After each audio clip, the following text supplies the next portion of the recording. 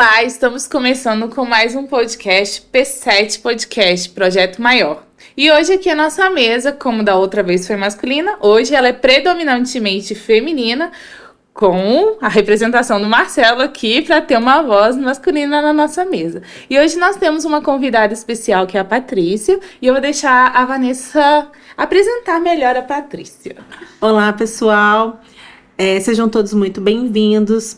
E hoje eu tenho, temos todos o prazer de receber a Patrícia Gomes, uma amiga querida, uma irmã em Cristo, uma mulher cristã, diaconisa da Igreja Sara Nossa Terra, de São Lourenço, e casada, mãe de 2 filhos, Ana Clara e Emanuel, uma profissional, graduada em letras, pós-graduada em psicopedagogia institucional, analista comportamental e formada pelo Instituto Brasileiro de Coaching.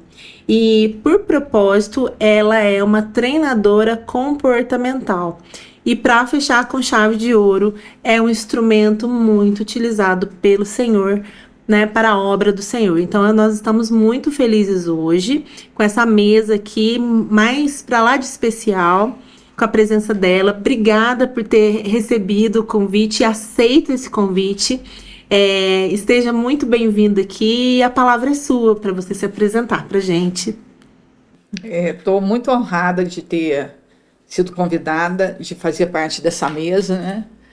E eu creio que Deus tem grandes coisas para falar conosco aqui e abençoar as nossas vidas e abençoar a vida de todos que estão nos assistindo. Mas aqui, como nós fazemos isso com uma mulher que às vezes não encontrou, não sabe a sua real identidade? Patrícia, o que você vê? Como que nós podemos fazer esse movimento, essa mudança de identidade? Porque quando eu não sei quem eu sou, tudo que me vendem, né? E aí, o mundo faz realmente um bom merchan, o marketing é bom, né? Te vendem uma ideia distorcida, né, disso, e como nós, como mulheres cristãs, conseguimos mostrar isso ao mundo, resgatar isso de forma real, verdadeira. Olha, Vanessa, eu comecei a querer trabalhar com vidas especificamente nessa área, quando eu via acontecer bem de perto, meninas procurarem como solução da vida o suicídio, né? O que se apresentou, que mundo que elas receberam nelas para elas perderem o gosto pela vida, né? E isso passou a ser muito comum, né, no meio dos meninos, de meninas, e da gente entender que nós temos o valor, né? Mas é muito comum o vitimismo. Então, não, o problema não é meu, o problema é de quem convive comigo. Então, quando a pessoa, por exemplo, ela procura ajuda, geralmente ela procura ajuda porque ela está tendo dificuldade com quem ela convive. E às vezes ela descreve como que a pessoa que ela convive é difícil, né? O difícil é você entender que tem que haver mudança de comportamento. E a mudança de comportamento a gente só gera em nós mesmos. A gente não consegue gerar mudança de comportamento no outro, né? Então, quando a gente se coloca aos pés de Jesus e entende que para nós cumprirmos os nossos papéis no mundo, que são vários, a gente precisa se submeter a Ele, porque a gente precisa de uma força muito maior do que nós para, como diz em Provérbios, a gente ser revestida de força e dignidade. A gente precisa de uma força que não vem de nós, né? A gente precisa ser revestida, porque com o revestimento a gente consegue ficar de pé diante das situações que a gente passa. Agora, uma coisa que me chama muita atenção no capítulo de Provérbios que fala sobre isso, é que fala que a mulher, essa mulher sábia, essa mulher que é revestida de força e dignidade, ela sorri diante do futuro. Sendo que nós estamos vivendo uma era em que o Brasil é muito citado no nível de ansiedade no povo brasileiro. E eu acredito da mulher ser tão emocional como o grau de ansiedade na mulher é muito grande. E ela acaba transformando a ansiedade dela em duas coisas que traz outros problemas. Se ela estiver passando problema financeiro, a ansiedade dela sobe muito. E se ela estiver passando problemas financeiros e emocionais, ela tende a comer, né? A comida vira um foco para ela, né? Então, por que a ansiedade gera tantas coisas nesse sentido? Voltando à questão da gente estar vivendo uma era muito visual, né? Então a pessoa faz uma leitura das redes sociais equivocada e ela começa a se comparar. Nossa, olha, aquela pessoa é assim, aquela pessoa é assada, aquela pessoa conseguiu isso, eu não consigo, aquela pessoa é perfeita. É um padrão intangível. E o filtro da rede social é um filtro muito impiedoso, né? Porque se a gente conseguisse ver a rede social como algo que nos dá força, seria diferente. A rede social ela não existe para isso, ela existe para consumo. Ela não é uma rede social, ela é uma rede de venda. A gente compra coisas na rede social, a gente compra serviços na rede social, a gente passa a consumir coisas porque a gente viu na rede social. Ela não é relacional, ela gera desejos em nós, né? E quando a gente vem para a presença de Jesus, ele faz uma outra proposta. Isso que a mídia, que as redes sociais vendem, né, tão intangível como você falou, trazem pra gente esse desconforto, essa comparação, essa falta de entender qual é o meu posicionamento no reino, mas no reino é o que reino? Porque assim, fica uma fala muito espiritual. Na minha casa, como que eu me posiciono? Como é que eu consigo levar essa família? Como é que eu posso ser uma alavanca para ajudar no trabalho? Ou onde eu me relaciono na igreja? E eu vejo que muito disso é que nós trazemos uma bagagem de emoções falidas e não tratadas ainda. Eu queria que você falasse um pouco disso, porque eu sei que você tem um histórico muito grande de trabalho com muitas mulheres em relação a isso. Eu queria que você dividisse isso um pouco com a gente. Olha, Vanessa, a questão de nós termos um Deus relacional, falando sobre essa questão que o Marcelo colocou, eu creio que a gente está vivendo um tempo novo para os homens também, em relação nós estamos nos casando com homens, né? Depois de uma geração que foi muito que se casou, meninos casam com mulheres, né? E aí quando meninos casam com mulheres não há um acordo, né? Não há submissão da parte da mulher de forma alguma. Exatamente. E não há um posicionamento de homem em casa. Então, mulheres não se submetem a meninos. As mulheres são a cabeça da casa quando elas casam com meninos, né? Agora, quando se tem o posicionamento de homem em casa, né, é diferente. Porque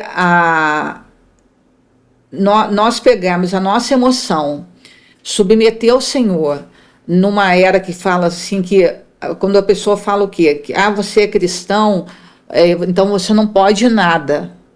Mas quando a gente pega o outro lado, fala assim, a gente pode tudo, mas nem tudo convém, né? Eu ouvi já alguns pastores falando que a rede social veio para mostrar que não é por falta de tempo que a gente não ora, ou que a gente não gasta tempo na presença de Deus.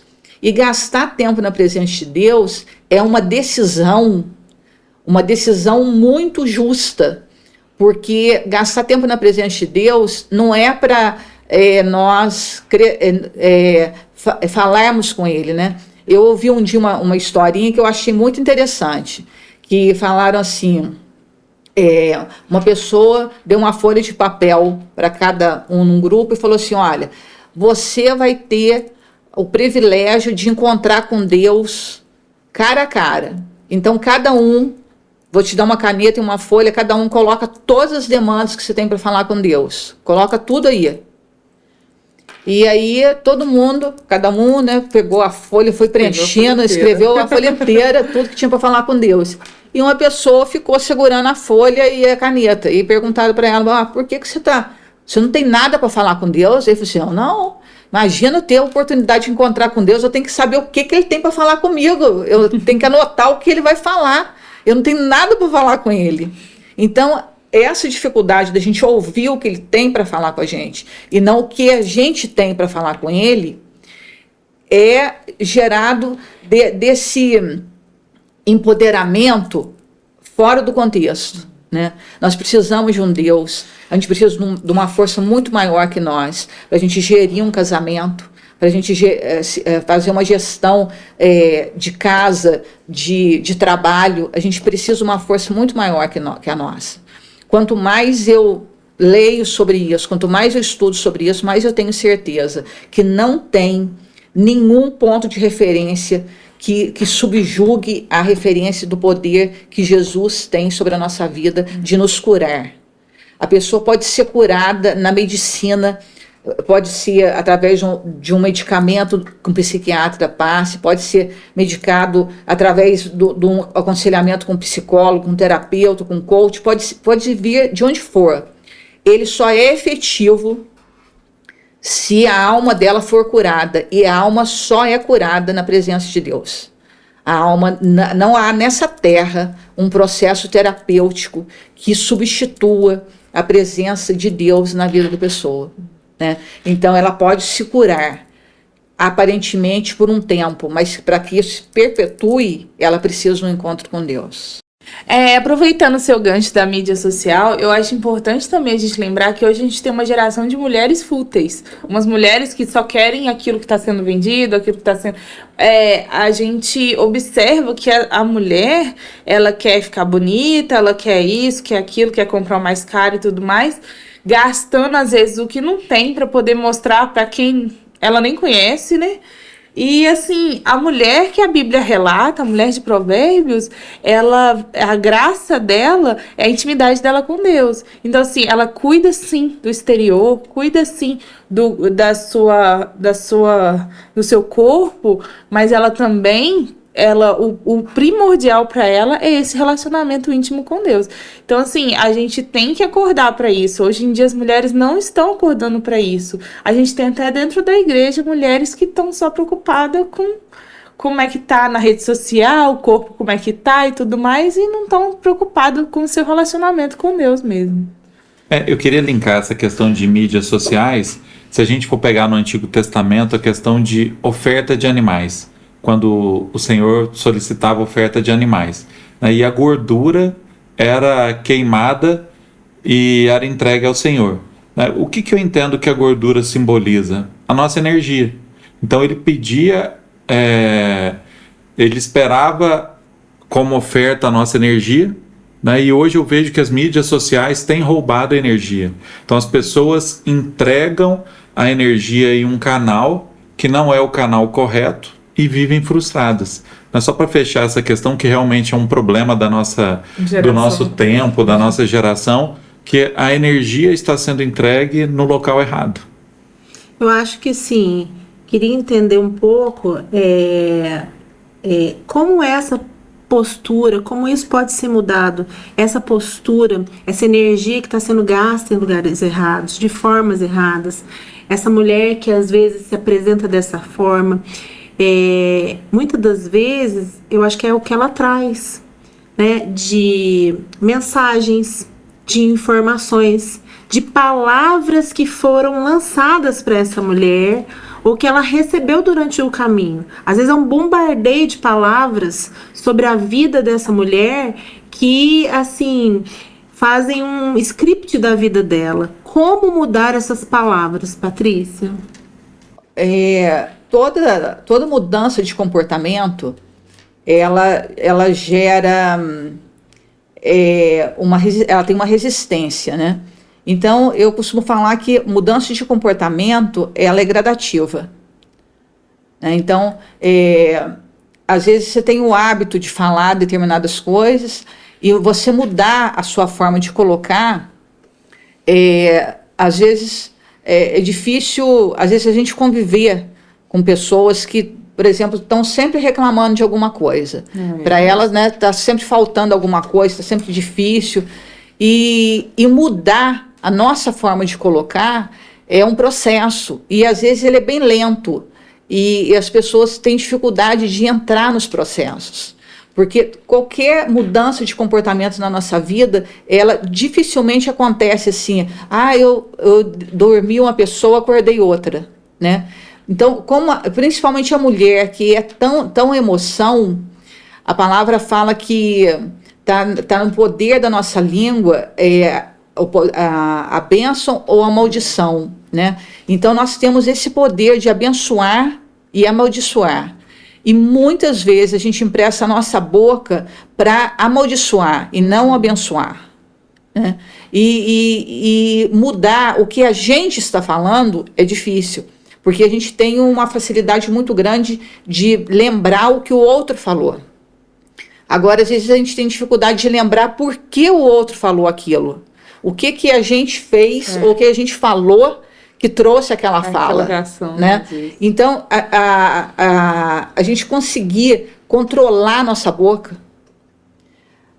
Só tem uma pessoa que consegue controlar a boca de uma mulher, que eu creio, é o Espírito Santo. Ele tem que descer sobre a mulher e ela entender que os frutos do Espírito Santo é mansidão, domínio próprio. Né? O domínio próprio, eu creio que ele é tão processual, mas tão processual, que a palavra fala que uma das coisas que abre o reino do céu sobre a nossa vida é o perdão.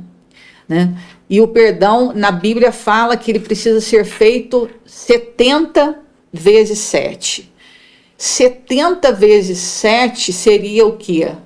490. Por dia. Então, 490 diluído em um ano, significa que a gente teria um ano e 3 meses, mais ou menos. É mais ou menos isso que eu perdoo a Vanessa. 490 por dia. Por dia? Porque se você fizer esse processo diário, né, tem uma técnica terapêutica que ele pode ser diário, de você registrar tudo aquilo que aconteceu com você naquele dia e você liberar perdão naquele dia. Um balanço diário. Para você não ter que não renovar aquelas cargas. Porque às vezes você vai conversar com uma pessoa, ela te conta uma história dificílima, e você fala assim, nossa, como que você está vivendo assim? Quando que isso aconteceu? Há 20 anos atrás. Então, aquela carga, ela não deixou para trás. Né? E quando a gente quer mudar... Não se tratou, né? Não se tratou desse negócio que aconteceu há 20 anos atrás. Por isso, o mindset, a mudança de mentalidade. Aonde que a gente consegue mudar a mentalidade? Quando a gente dá espaço para que haja uma nova visão sobre a nossa vida, né? E a Bíblia, ela é um livro milenar, né? Toda e qualquer ciência que é lançada na Terra tem uma origem bíblica e ela está sempre linkada a alguma coisa que já foi dita biblicamente, e ela tem esse poder de fazer com que a gente honre e respeite a nossa história, né? De entender que tem algo muito maior acima de nós, que é capaz de transformar maldição em bênção, tristeza em alegria, perda em ganho. Mesmo sem sentimento, porque assim, o que eu vejo assim, são muitas dúvidas que às vezes chegam numa conversa com uma mulher, às vezes sedenta da palavra, e eu vejo que essa questão desse movimento de mudança, de fazer esse movimento, principalmente relacionado ao perdão, as pessoas esperam sentir o perdão para que eles possam deixar isso para trás. Mas eu entendo que muitas das vezes, quer dizer, todas as vezes, o perdão é uma decisão. E aí o Espírito vai no processo, né, limpando essa carga de sentimentos. E eu vejo que as pessoas às vezes têm dificuldade com os processos. Você enxerga isso, Patrícia? Tanto o perdão quanto o amor, né? Então as pessoas, é uma frase muito recorrente, falar assim, mas eu tenho o direito de ser feliz, né?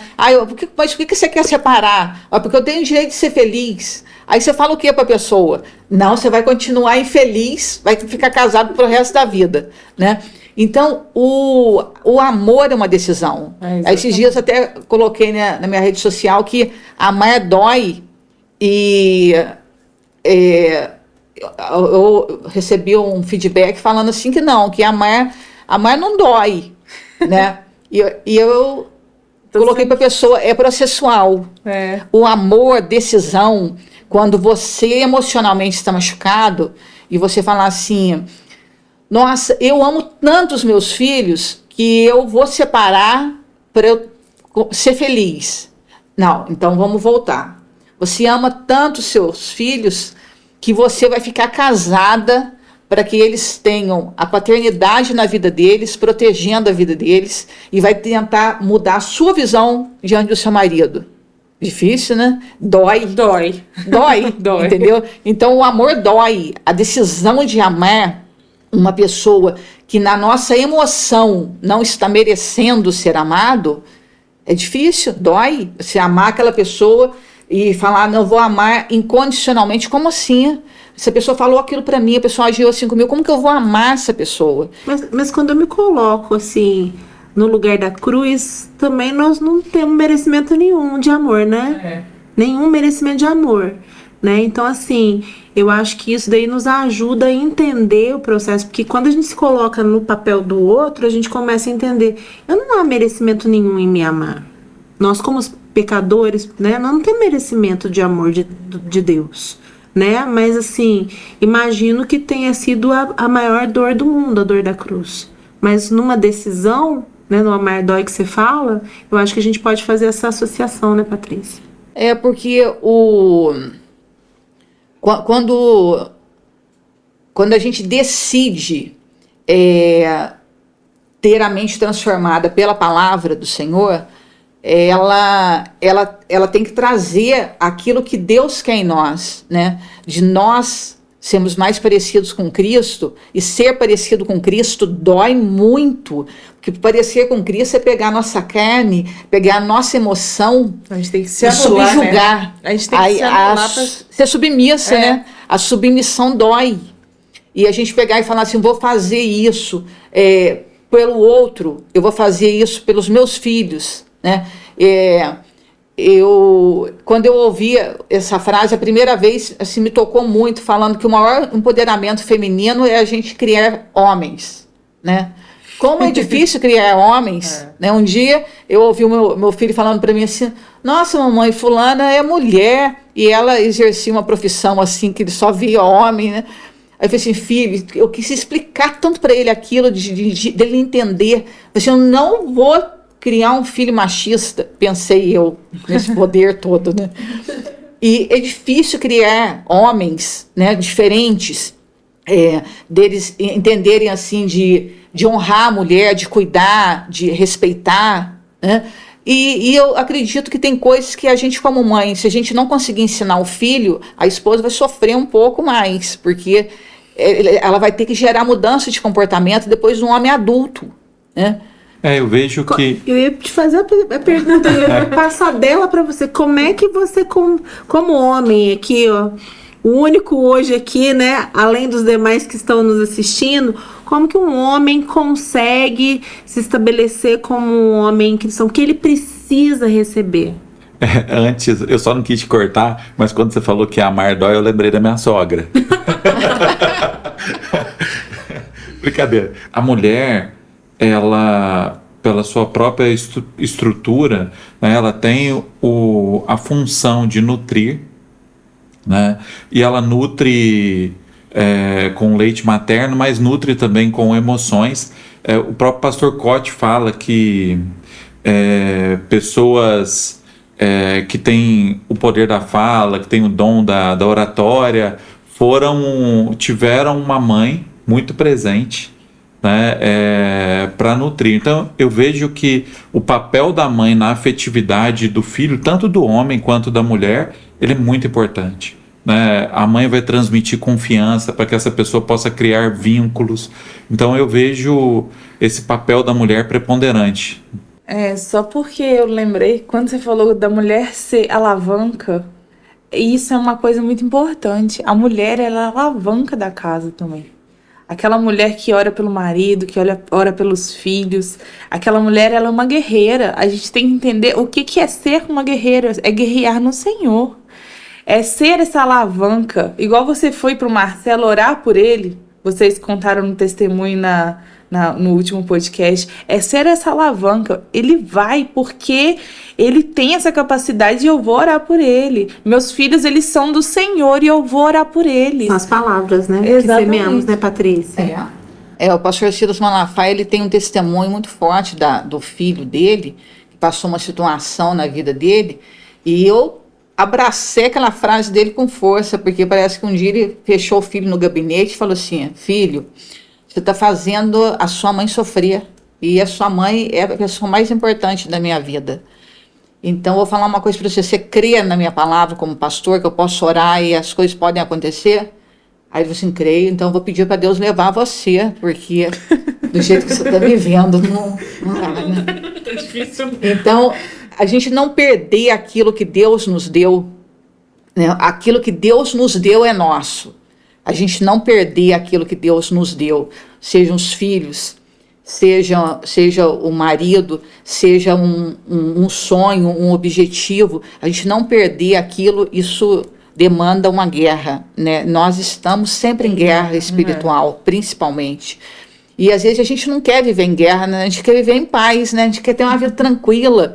Às vezes, nossa, mas por que isso está acontecendo comigo?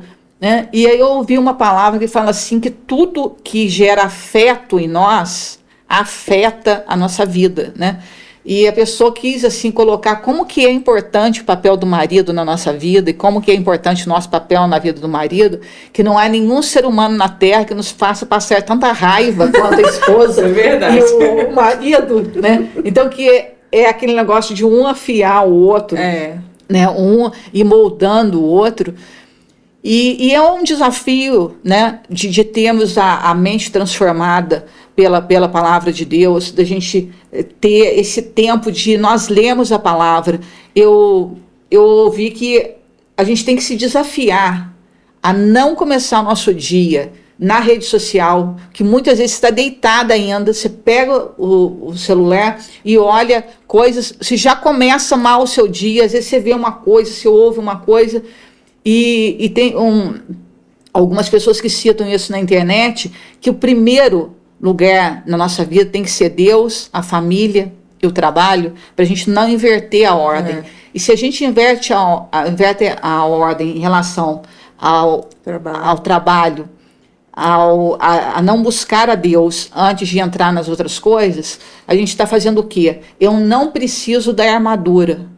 Eu não preciso estar revestido para eu vencer esse dia. Não precisamos. Lógico. Né? Então, tem pessoas que falam assim: como que você só começa seu dia orando? Aí você, como que você consegue não orar, não começar? Então você tem que ter uma coragem muito grande, né?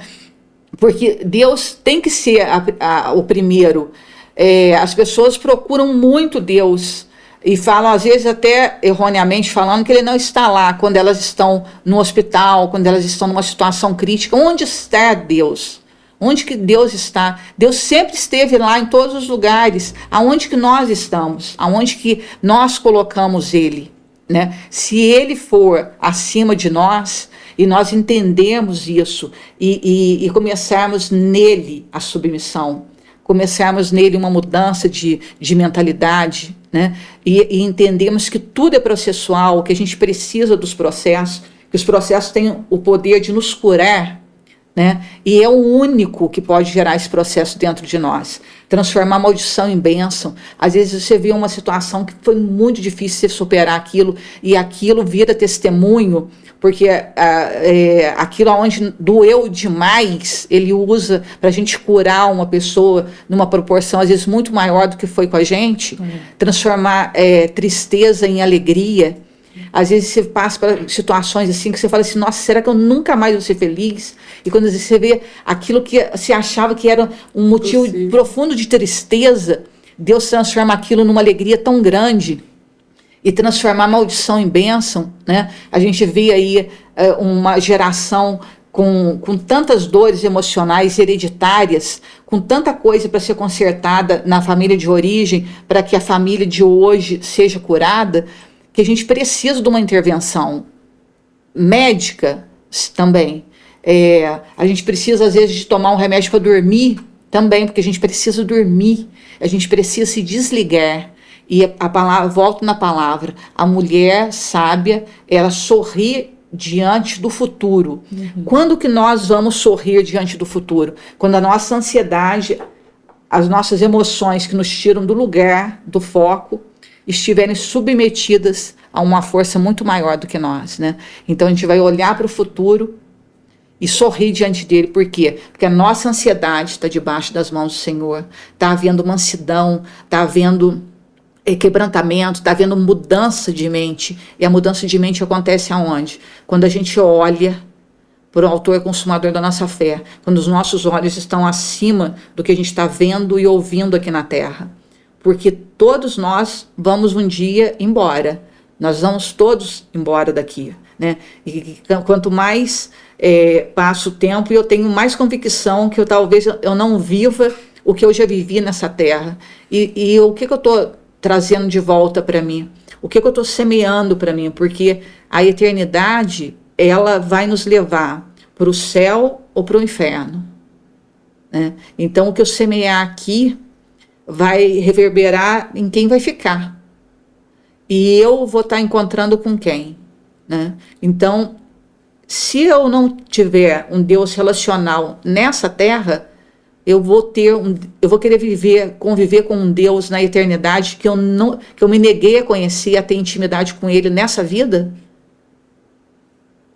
Então, Ele tem o poder de transformar a nossa vida nesse momento, nessa terra, né? E Ele tem o poder. Por isso que eu creio que a palavra não tem nada que é coincidência, que o Espírito Santo nos convence do pecado, nos convence da justiça e do juízo.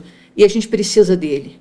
Quando a gente abre a rede social, a gente precisa, né? Tem pessoas às vezes que falam para mim assim: nossa, Patrícia, eu não dou conta de ver esse negócio aqui, eu não dou conta de ver imagens que não tem nada a ver com a palavra de Deus, com a palavra de Deus embaixo de legenda. Eu falei, não curte, passa e limpa, né? Então, são questões que começam a gerar problema na vida das pessoas, né? Então, que a gente tenha assim, a misericórdia de Deus, que o filtro do Espírito Santo passe por nós todos os dias, para que a gente seja mulheres assim, que consiga ser mulheres de valor, né? Às vezes, equivocadamente, a gente ouve no mundo: aquela fulana lá não posta foto assim, um assado, porque ela não pode. Que delícia, nós podemos postar e não postar. Eu decido não postar. O amor é uma decisão. Mas uma bênção. Queria agradecer vocês todos que estiveram conosco nessa estreia aí dos nossos convidados tão especiais. Obrigada, Patrícia, por ter recebido o convite e ter aceito, né, esse desafio e ter nos abençoado tanto. Foi tão enriquecedor, né, dividir com a gente essa história, a oportunidade de ouvir de você mais da palavra. Muito obrigada. E para você que está aí nos acompanhando, se você precisa de uma palavra, de uma oração, se quiser deixar algum recado para a gente, sinta-se à vontade. Pode mandar mensagem para a gente, nós estaremos orando pela família de vocês, por vocês, e esperamos vocês no nosso próximo encontro. Muito obrigado, é uma honra te receber aqui. Você e o Eliabe estiveram presentes desde o início da minha conversão, no casamento desde novinhos, antes das crianças, acompanharam, presenciaram o nosso casamento. Então vocês são uma inspiração para a gente. Os frutos do seu casamento, seus filhos são uma bênção, e nós vemos que vocês são uma referência, né, na igreja evangélica, na igreja local, Muito obrigado pela sua presença. Obrigada, Patrícia, por ter estado aqui hoje conosco. Eu tenho certeza que edificou muito a vida das pessoas que estão nos ouvindo, tanto quanto edificou a nossa, né, gente? E se você quer ver mais o conteúdo da Patrícia, a gente vai deixar o Instagram dela aí nos comentários também, na descrição do vídeo. E aqui também, vou deixar aqui no vídeo.